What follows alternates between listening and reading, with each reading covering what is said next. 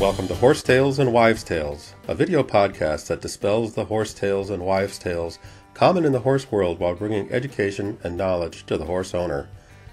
Your host is Chuck Potter. Chuck is a full-time farrier and inventor of such products as the hoof cinch and the lift, and an educator, taking the time to talk at clinics and gatherings on hoof care and horse health. In this episode, Chuck talks about navicular syndrome. Hi, this is Chuck Potter, and this is Horse Tales and Wives' Tales.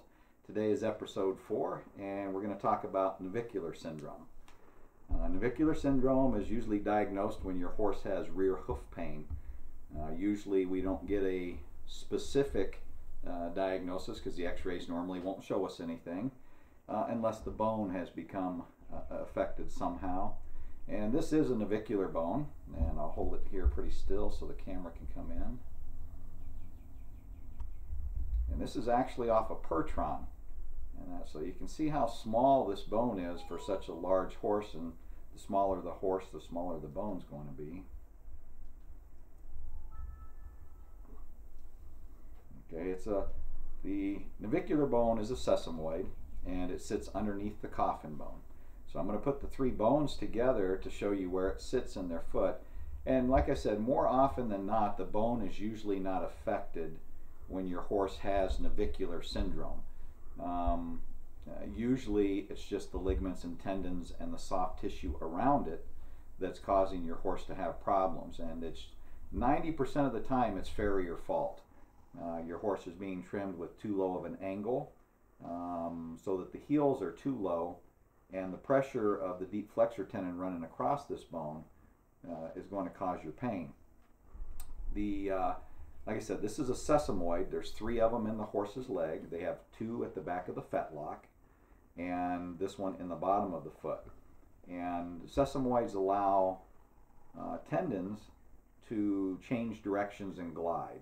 In other words, it acts as a pivot point for the deep flexor tendon. This one does. The 2 at the back of the fetlock allow the suspensory ligaments of the leg to come down and come around the front of the leg and attach and allow for your fetlock to be able to drop and come back up. So this is the short pastern bone from episode 1, if you remember, and a coffin bone. And they fit in.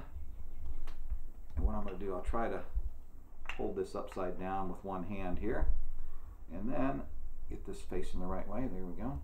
The navicular bone fits right in there. Is that a good enough view? Mm-hmm. Sits in just like that. And it's actually attached to the coffin bone with a very long ligament that runs across here that is called the impar ligament. And so it attaches from this little crease here in the front of the navicular bone to this raised or the lowered area on the top of the coffin bone, or the bottom of the coffin bone, depending on how you're looking at it, I guess. And then there are suspensory ligaments on either side that attach to the ends, and those are going to run around the front of the leg and come around, and they actually attach to the bone above this, just to the lower part of the long pastern bone, which sits just above this bone. And that's how it's actually held into place. And then your deep flexor tendon runs down the back of the leg, comes down over the top of this, and attaches into this crescent-shaped area on the bottom of the coffin bone.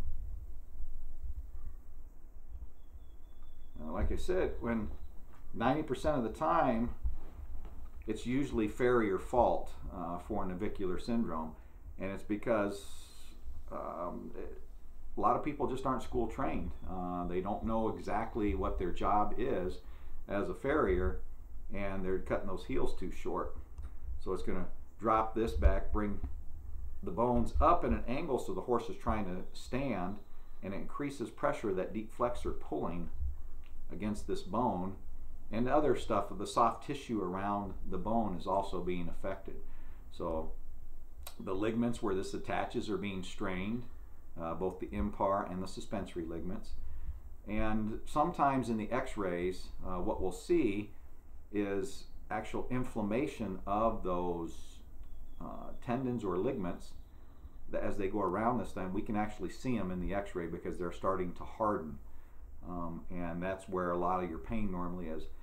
So how do we diagnose? How do we know if your horse has navicular syndrome? Usually your horse is going to go lame, and what he's going to do, he's going to be walking very short strided. He's normally going to want to stick his toes in the ground first, and he won't want to reach out and take long strides forward. So he'll be taking short, choppy strides. That's usually your first indication that something's going wrong with your horse. When the vet or the farrier show and they test the horse, there's several different things they can do. One is to use the hoof tester, which looks like a giant pair of pinchers, and go around and actually pinch on the hoof wall to see if you get reaction in the back of the horse's foot. Like I said, it's called the navicular syndrome. It's anywhere in the back of the foot. If we detect pain, it's just diagnosed that way. Unless we can, rule out thrush and a couple other smaller issues. So we get in, we get the diagnosis done after you see your horse limping. Then sometimes, like I said, you have to do the x-rays, and it's more rare to see the bone has already been affected unless you've let this go for a long time. And that because the bone usually doesn't become affected with a real short, once you start to see them do that choppy stride, well, if you keep riding them that way for years, then yeah, the bone's probably going to become affected. And things have changed over the last few years on about how we even look at x-rays to diagnose navicular problems. Used to be you'd hear the word lollipops. If you got an x-ray and somebody said, oh, there's lollipops on the navicular bone. What they were talking about was there's these little channels that run through the navicular bone. And we used to believe those were for blood vessels, and they would think there would be a lesion or a widened area at the top of those, and they thought that was what was causing navicular pain. We now know that's not true. There's been several studies done and showed that horses, even normal horses, have those lollipops in their x-rays. And they're not lame and they don't have any navicular problems. So now we know that they're probably not even blood vessel channels, but more synovial fluid channels in the bone. And they have nothing to do with what's causing the pain. Hi, I'm Chuck Potter, inventor of the Hoof Cinch, and I'm here with my new product, the Lift. If you have a horse suffering from navicular syndrome, you know how much pain they're in. So I designed an effective, therapeutic way to end rear hoof pain. I'm Dr. Jan Daly, and I'm excited to say that not only will the Lift eliminate the painful effects of navicular syndrome, but you can see results in as little as 15 to 30 days. It's pain-free, cost-effective, and most importantly, it works. With the Lift, you'll see your horse rise above the pain. The treatment for this is, of course, to get the heels elevated up for the horse. And what it does when you elevate the heels is you're going to take the pressure off of the rear soft tissue area of the foot. In other words, the suspensory ligaments that attach the navicular bone to the long past stern, the impar ligament, the deep flexor as it passes over, are all going to be relaxed. Now we're going to raise the heels up so that that tension is not there for those.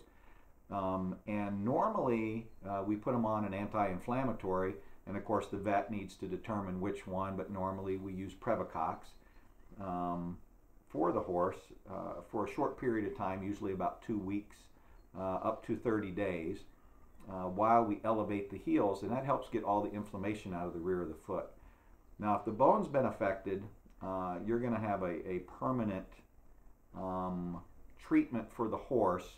It's going to have elevated shoes the rest of its life in order to keep it comfortable. A last resort, the vet may go in and do the digital neurectomy, where they actually cut the nerve that goes to the back of the foot. And like I say, that's a very, very last resort, and I don't know too many that actually do this anymore, because there's ways to get around that simply by elevating the foot and relieving the pressure on the back of the foot. And with Hoof Cinch now, we've also developed an item called the Lifts, That's an independent system that simply screws on. You can go to our website at hoofcinch.com and look on there. We have videos for installation on there, shows how it's done. And those will only stay on 15 to 30 days because that's all it usually takes to get the inflammation out of the back of the foot and to have your horse comfortable. Some may take longer. I've had some take up to 45 days before we had them going really sound. They're sound while we're treating them, but as soon as we take the lifts off and go back to the wedge shoes until their heels grow down, then we notice a limp, so we go right back to the lifts again. Okay, when I was talking about devices that are used for navicular horses, a lot of times if you can trim them to increase the angle, in other words, trim more toe, leave the heels long, stand them up, sometimes that's enough. It just depends on what stage of navicular syndrome the horse is in, what's affected, to how severe of a treatment we're going to need to do for the horse. The most severe cases, we use what's called the lift. And like I said, you can go on hoofcinch.com and see an installation video for these, but you can see what they do is they simply slide under the foot and elevate the heels 3/4 of an inch. And we still trim as much toe as possible. And you only have to do the affected foot. Most of the time, horses who develop navicular syndrome usually go 1 foot first. If you can stop it at that point, you only have to treat the 1 foot. You still got to trim the other foot to its proper angles to keep it from going there. But your injured foot, you can go ahead and elevate up. People worry about having everything balanced from left to right, but what you got to remember is this is therapeutic work. So you can shoe just 1 foot and the horse will do just fine because it's only going to stay on maybe 2 months. And then you're going to go back to your regular trimming and shoeing for the horse after that point, and not back to how you used to have them trimmed where the angles were too low. In other words, get them up so the bones are lined properly and the pressure's not on the navicular bone. But, like I said, this is for the most severe, and that these are the lifts that we have developed, and we've had great success with these things, but these only stay on 15 to 30 days, and even if both feet are affected, we only do 1 foot at a time with these simply because of the torque that is put on the sides of these, because these go on the foot and glue and screw on, and we don't want them popping off, so we only do the 1 foot at a time. On the other foot, if both feet are affected, we go with a wedge pad and a wedge shoe. Now you can see the shoe heels are pretty thick on this. This is a 3-degree wedge shoe.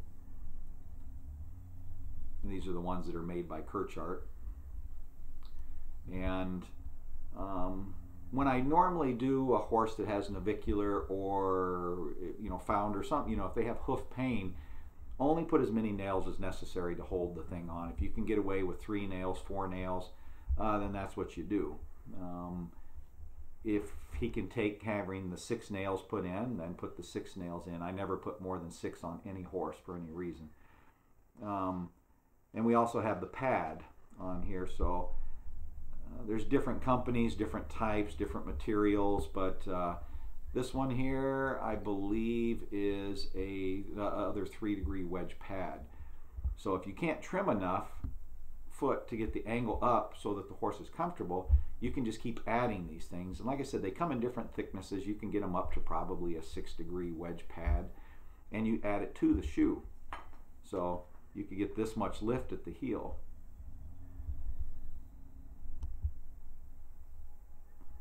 And actually would go on, and then the farrier, of course, would trim the pad to make, fit the shoe, and then nail it onto the horse's foot. So these are just a few. I mean, there's unlimited possibilities for treatment. I personally do not like using bar shoes, egg bars, regular bar. Heart bar shoe I still use occasionally if we have a sinker when I'm working on a founder. You normally don't want frog support on a navicular horse. You don't want pressure on the bottom pushing up against the navicular area of the horse because it's just going to cause discomfort. If he's already sore back there, you don't want that pressure. And like I said, bar shoes are a continual loop shoe, so this would be like a piece of metal going across here, or a continued loop so it's shaped like an egg bar shoe. A lot of people love to use those, and I don't, because I still like the heels to be able to flex slightly. And with this is an aluminum shoe, and they do move with the foot. I mean, I can't move it with my hand, but the horse is quite a bit heavier and stronger, and they can flex with their foot slightly. I don't like to stop movement of their heels if I can keep from it, unless we have a broken bone or something like that. The Hoof Cinch treats founder from a whole new angle. It just forces that new growth along the bone, and it actually reattaches. Unlike conventional founder treatments, the Hoof Cinch is applied to the outer hoof wall. It stabilizes the capsule and reduces pain immediately. In 12 to 16 weeks, horses can return to whatever they did before. Get the full story and watch a short video at hoofcinch.com. Don't give up on your foundered horse. Take the first step and learn about the Hoof Cinch at hoofcinch.com. So that's it for this episode. Now we'll go into the wives' tale. The wives' tale for today is shoes getting sucked off in the mud. You know how we all want to equate our things that happen to us must happen to them. You've been out into your muddy pasture with your muck boots on, and you may have lost one. You got sucked off your foot because you got stuck in the mud. That does not happen to horseshoes. Okay, these horseshoes are nailed on. The friction that those nails produce when we drive them through their feet and clench them on the outside of the hoof wall is so much that if I were to take a crease nail puller and pull one of the nails right after I hammer it in and set that nail in your hand, it would leave a blister on your hand. That's how hot the nail is coming out of your horse's hoof when I pull it due to the friction. So what happens actually is your horse, when he's walking in the mud, he loses his timing. His foot may get stuck for a second longer, and it allows his back, one of his back feet or his other front feet, if he stumbles over this way, to step on himself. And that's how they actually lose the shoes in the mud. It is physically impossible for a shoe to get sucked off in the mud. This is Chuck with Horse Tales and Wives Tales. If you have any questions or comments, please go to either hoofcinch.com or the podcast at hoofcinch.com and send us an email, questions, and we will try to answer your questions.